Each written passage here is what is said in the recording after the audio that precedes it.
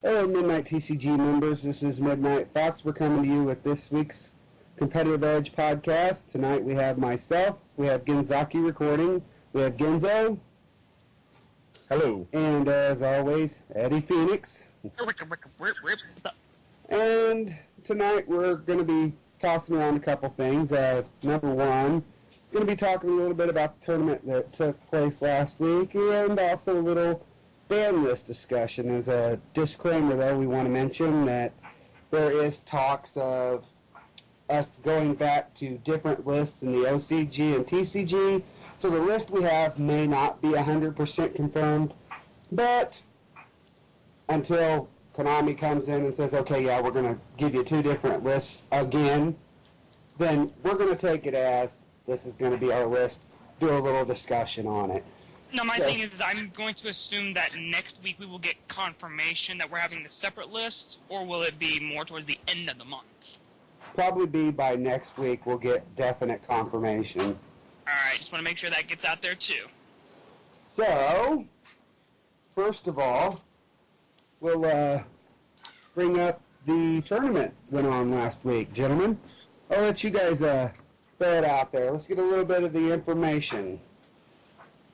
So it was the World Championships of Yu-Gi-Oh! Obviously that was held in Las Vegas, and there was some promise that a U.S. player would or could finally take the tournament. It didn't pan out that way. We have our second place finish with David Keener, but yeah, I mean it was dominated by Dragon Ruler, just like our Nationals or World Championship qualifiers.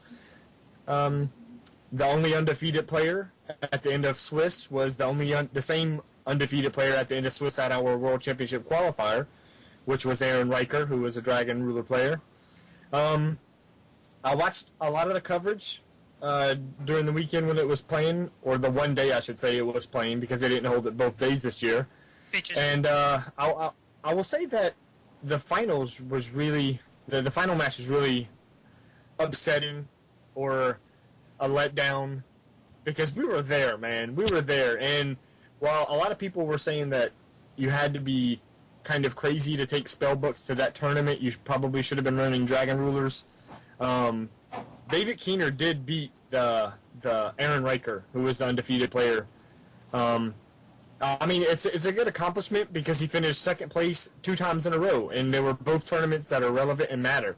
You know, he finished second at the WCQ and then finished second at World. So congratulations to him. But that final match, I mean, he's going to be able to watch it because there are a lot of YouTube videos that have it recorded, and it's just going to eat away at him because there was just like, especially in Game 2, the game that he got 2-0'd, that card destruction play, I mean, it's become like a like viral almost. There's like a GIF that you see in a lot of people's signatures right now where the winner, Shin and Wang, does a fist pump after card destructioning into the 2 cards he had to card destruction into to win. So it's just kind of unfortunate. But if the ban list, which we'll get onto later, holds true and it's not a separate list, you know, we may not have to worry about that any longer. Eddie, what's your thoughts on it?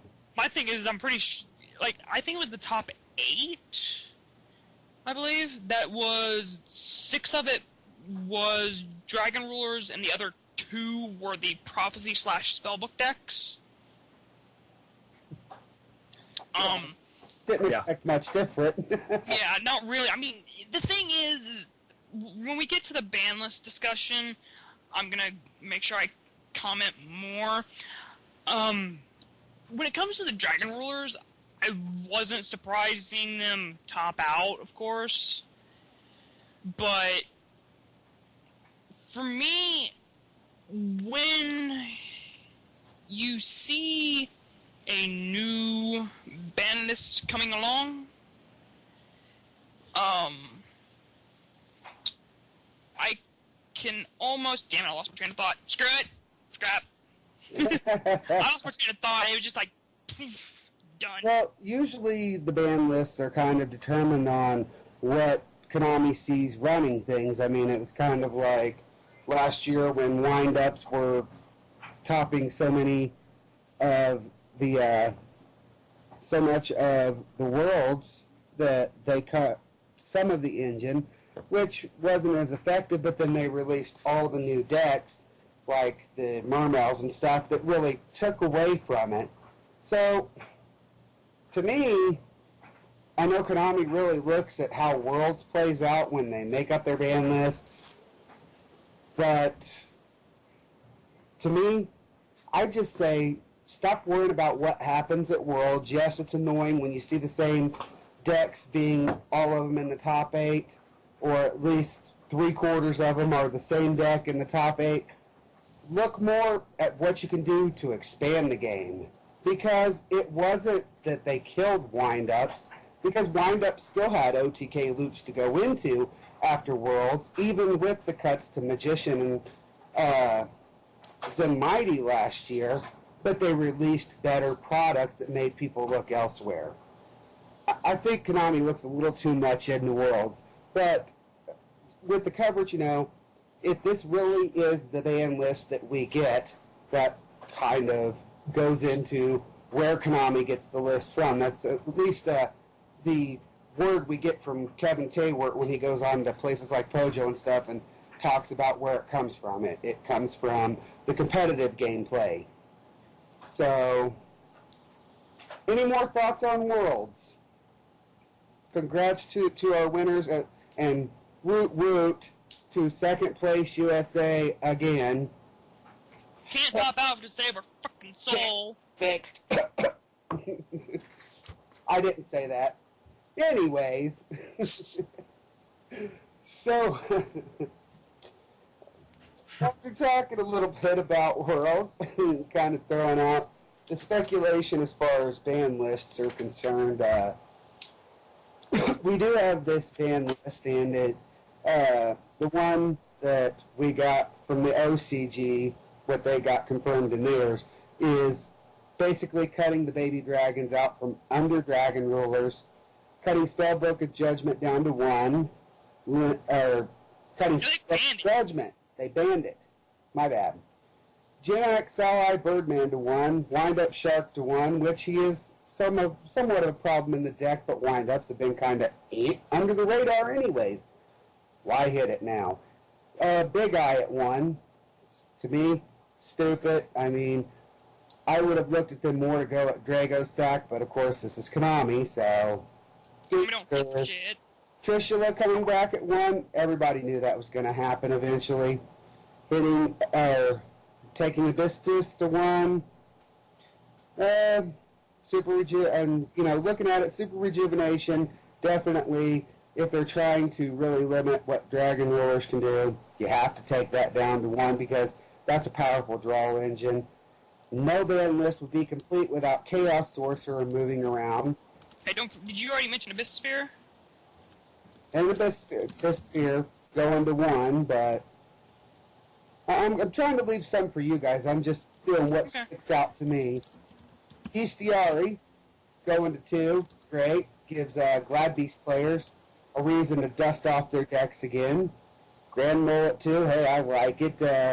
Gores, I don't like seeing Tinky hit, because I really like the Macro Bunny deck, but hey, what are you going to do? Black Whirlwind going to 2. I know Eddie's going to be all over that. He loves wings. What's really interesting is to look down and see Scapegoat. Unlimited. Can we say goat control again? Possibly. No. No. We don't have Metamorphosis or Thousand Eye Restrict. Oh, I'm sure somebody could find a form of it. But, you might be able to find a deck that can use it, but it won't be anything like Goat Control. So, to me, I think the thing that really sticks out the most when I look at this list, I mean, this would be a really great list to hit. Some things I agree with, some I don't. But I think the thing I most disagree with, and I know I grumbled and grumbled about Dragon Rulers, but is completely cutting out the babies. Me and Genzaki were talking pre-podcast. It's kind of hardcore to hit the entire babies just for the adults. I mean, yeah, it's great. It forces players to throw them into different element decks, but I think it was a little harsh to go complete ban. Maybe a limit to each of them would have been a little softer blow. You know, I kind of get the idea. When they looked at WCQ, they looked at the World Championship. You got all these top decks, and they're all Dragon Rulers. 3 copies, 3 copies, 3 copies, 3 copies. But don't just cut one whole part of the deck out. You know, they should have maybe limited that, or did a limit or semi-limit to each part of it. But to really kill it all, it seems like a little bit of overkill. And for us in the U.S., they've had the Elemental Dragons over in Japan for quite some time in the game. We just got the Dragons over here, so to see a cut like that come so quick, it is a derp-de-derp deck, but it does kind of hurt to see that. And I kind of feel sorry for the people who went out and spent $600, $300, $600 buying 3 Big Eyes for their decks. I don't. Suckers. Hey, I was glad when I sold mine at a high price. I was sad because I sold mine for low and then it decided to blow up and I'm like, ah. But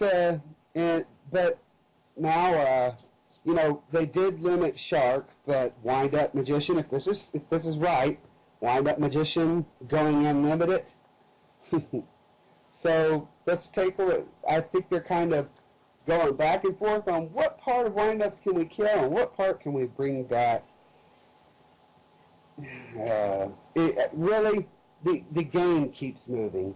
So the way they move it around, I don't think wind-ups is really going to make a humongous splash. I think the way they've been moving with giving support to older archetypes and bringing about new archetypes into the game, new cards into the game that bring new power, has been the smart move, and what's going to get people to move beyond decks like Wind Up, decks like Dragon Ruler, because we know that somewhere down the road, probably within a year, we're going to have another derp-de-derp deck that you can throw together 3 copies of everything, and bam, you've got a WCQ and a World Championship winner.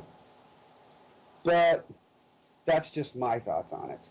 So with that, I'll pass it on to Ginzo, and let's get his thoughts on this ban list that is possibly ours.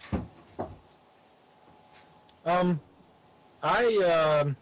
agree with the bans on the discard dragons, because let's take a trip down memory lane here. And the first dragon support that we found out that was going to become the Dragon Rulers were the level 7 dragons.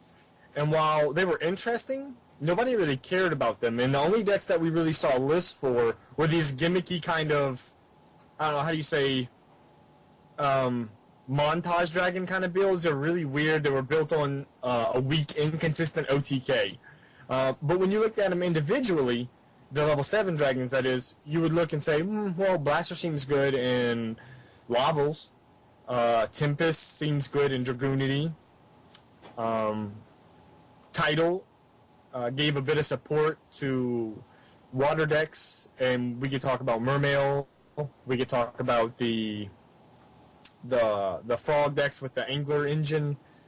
Redox is probably, in my opinion, now that the discard dragons seem to be getting banned, is probably the best of them now that I look at it. I mean, I've been playing quite a few decks lately that are geared for this supposed format, and Redox is just ridiculous. I'm just in love with that card right now. But I agree. Like, when we look at when Dragon Rulers really took off, and we saw these nutsy builds, you know, the kind of decks that we see now, the 2 kind of previous options you had were the Karakuri draw 6 cards in 1 turn deck, and you also had the Light and Darkness Dragon Eclipse Wyvern build. The discard dragons, they're what allowed that. So it makes sense to me because it doesn't kill the quality of the level 7 dragons, which I think are really splashable now and not overpowered. Like, we may see a Dragon Ruler deck, but we won't see a Dragon Ruler deck that did what it did in this format, and it won't be the same monster. So I like the babies being banned. Spellbook of Judgment. I think it's funny after watching the finals match of Worlds to see it even get hit. I mean, it should. Some things in that deck definitely were up for debate in the ban list, but it just surprises me that they even consider it because it didn't even seem like a factor in the game. But Spellbook of Judgment is good. It's kind of an unfair card, where you can just like play a bunch of cards, and normally you would be at a disadvantage because you overextended, but it was like, nah. It's like Super Rejuvenation. It's like, okay, so you played a lot of cards. Let's give you a reward for doing that. The things that stick out to me are Birdman and Divine Wind of Mist Valley, because it seems like they're gearing up to go ahead and shut down the OTK potential that comes with that, with those two cards together with Harpy Dancer. But I know a lot of people have wanted Birdman limited to one for a while now because it does that kind of thing, like the Monster Mash OTK with Gallus and Kokimaru Doom. I really hope this is our ban list just because Scapegoat is at 3 and Trishula is coming back on this list. So I'll be kind of upset if we don't get Trishula. Because there are some very interesting Dragon Ruler plant hybrids going around right now. And they're really good. I'm really enjoying them right now. Bestiari I'm not concerned with. I think Gladiator Beasts are way beyond their prime. Who knows? There may be a shocker there. Chaos Sorcerer, I've already heard people talking about Chaos Dragons, and I just don't see it, but I won't poop on anybody's parade. Tinky, I'm kind of on the edge with. Like, it's okay, and then part of me is like, nah, a little early for that, but I'm not going to mind it. Black Whirlwind makes it exciting because Black Wings have always been a fun deck, and so if nothing else, they're going to see play just because it's back at 2. And when anybody who plays this deck for fun will tell you that it sucks not having a second Black Whirlwind. It does so hard. I love me some Black Wings, but they've just been so dead.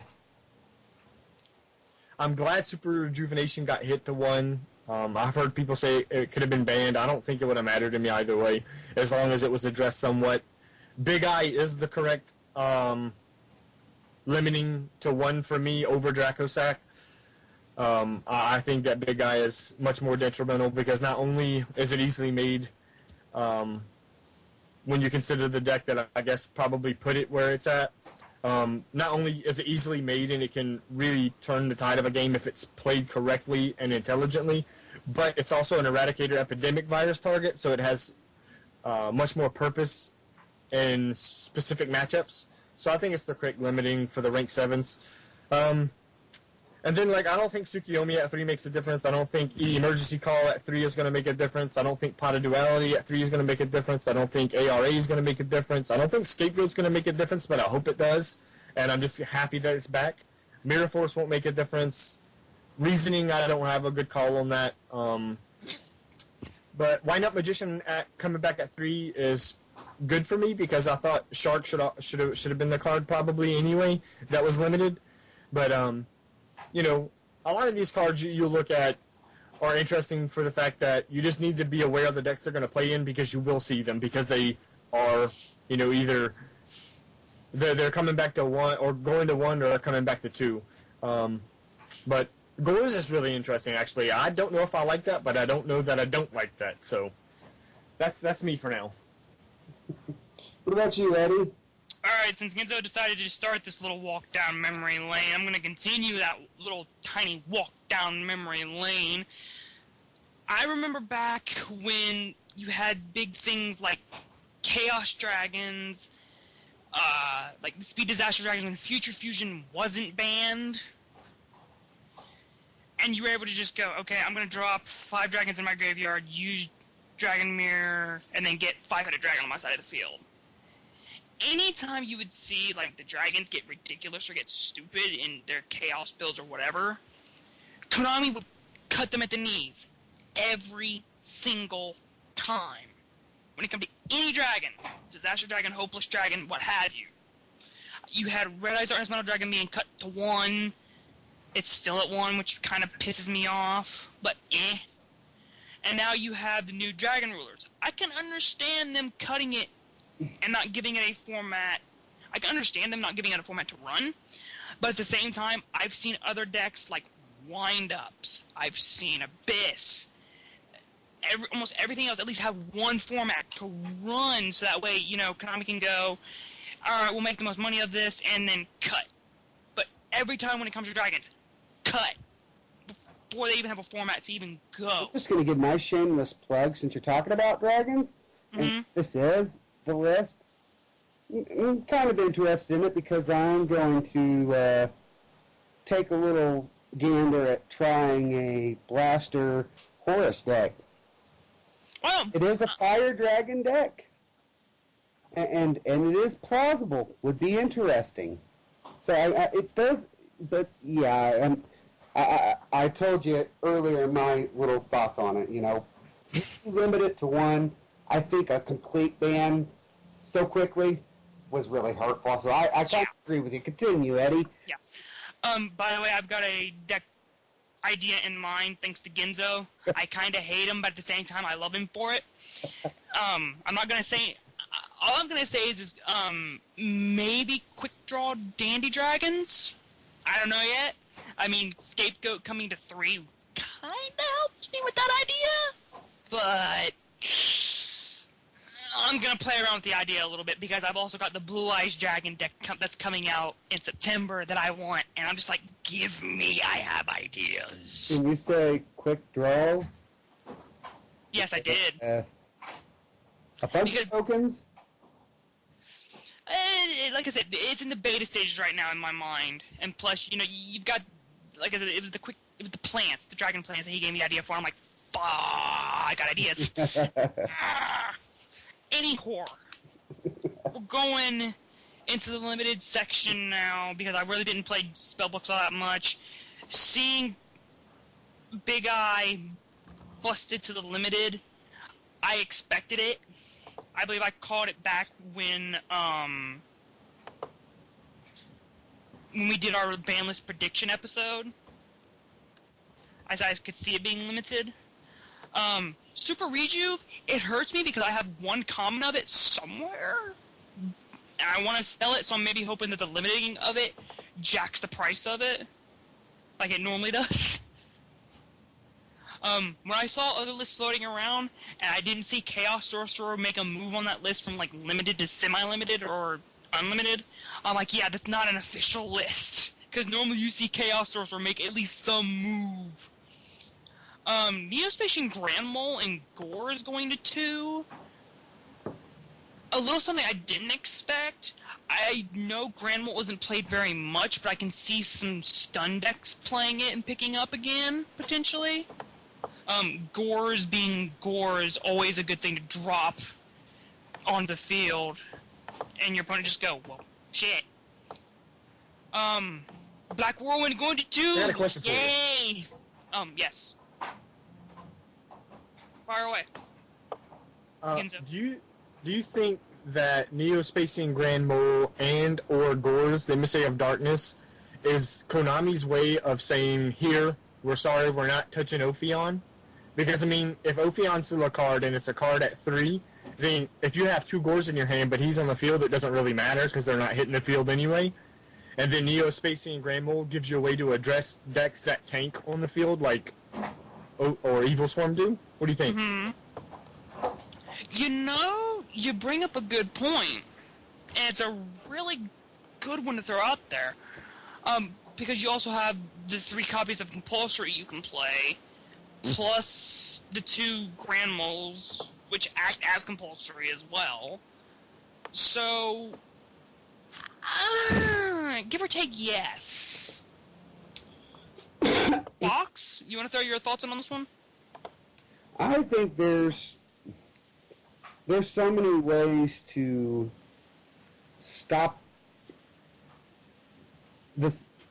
There's so many ways to stop some of those cards. You've got Doom Calibers. Yeah, nobody plays them anymore, but that's still an answer out there. Like you mentioned, you got Compulsory. We've got Black Horn of Heaven. But I guess Konami thinks most of us are not original thinkers. Yeah. And we're not going to look at some cards that nobody ever throws into decks, so they give us back old-time favorites in different doses. Which is Wait a second. Absolutely true. Did Me personally, I like to look for you say that Doom Caliber Knight wasn't out? two shutting down effects. Yeah, I wouldn't say he's a good out to Ophion, though. Well, not to Ophion, but to some of the... As a stun card, he's still an option out there when an effect goes off to put it out of commission. Of course, he blows himself up in the process, but he's still a card. And there's so... I just think there's too many maxis and effect veilers in the game right now for him to be a legitimate target or choice for a deck, because he's so easily gotten rid of now because of that. You know? Now, I like how you mentioned those cards, because I was getting ready to get on to Black Whirlwind real quick, so I could just go ahead and wrap my list up. Black Whirlwind being to 2, yes, I'm so excited and happy for that, because now I can see my Black Wings taking off a little bit more. The one freaking Black Whirlwind and having to draw that sucker, I got a bit more of a better chance of potentially drawing it or opening with it. I can also see Twilight coming back, because Light Sworns and Blackwing going back to hand in hand again. So to round out my list real quick, I like seeing Scapegoat at 3. I really do, because you had those little fuckers are annoying when you're trying to get through and you don't have anything that can pierce, and your opponent just goes Animal Scapegoat, and they knock out the 4 tokens, and then you think, hey, I'm gonna get through, and then they Scapegoat again, and you're like, son of a Mirror Force being at 3, I'm surprised it took it this long to become 3, because it used to be so big and bad back in the day, and then because of everything coming out the way it has now, and it just losing its power, I understand it going to 3 now. E for Emergency Call, see, I don't know if it'll change heroes and put them in the running anymore, but I doubt it. POD, woo, people can run it at 3 again. And EBD, that's all, folks.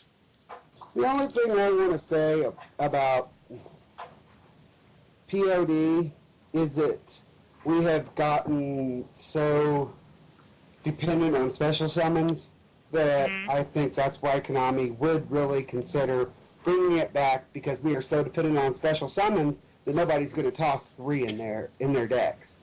For the fear of their opponent getting the special summons that they could have used had they not used a Pot of Duality during that turn. So they kind of give it back to us when it's not a threat again. So hopefully eventually Dark Strike Fighter becomes not a threat again. Doubt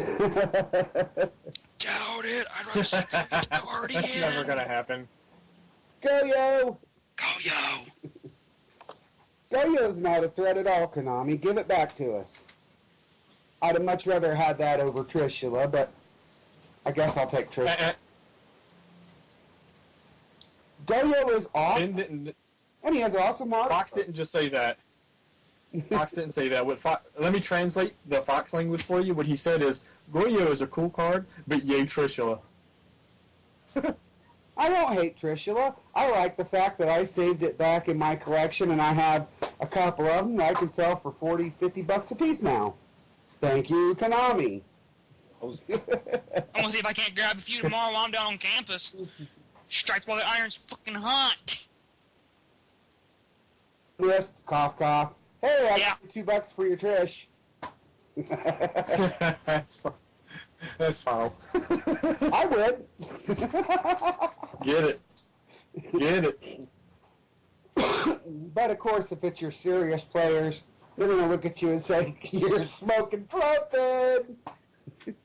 Maybe I am. Or no, excuse me, bitch, I might be.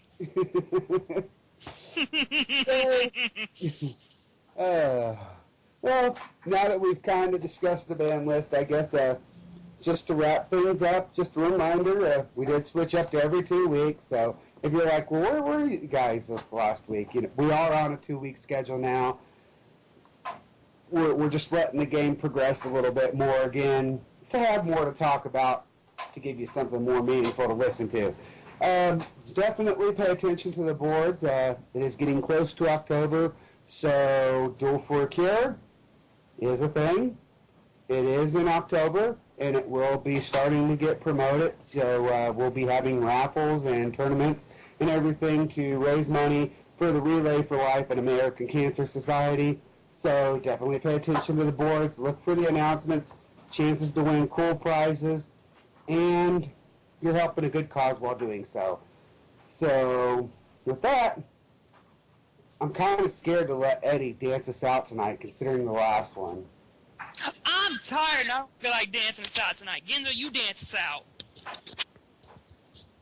Diddly I do. don't have legs. Okay, we're done.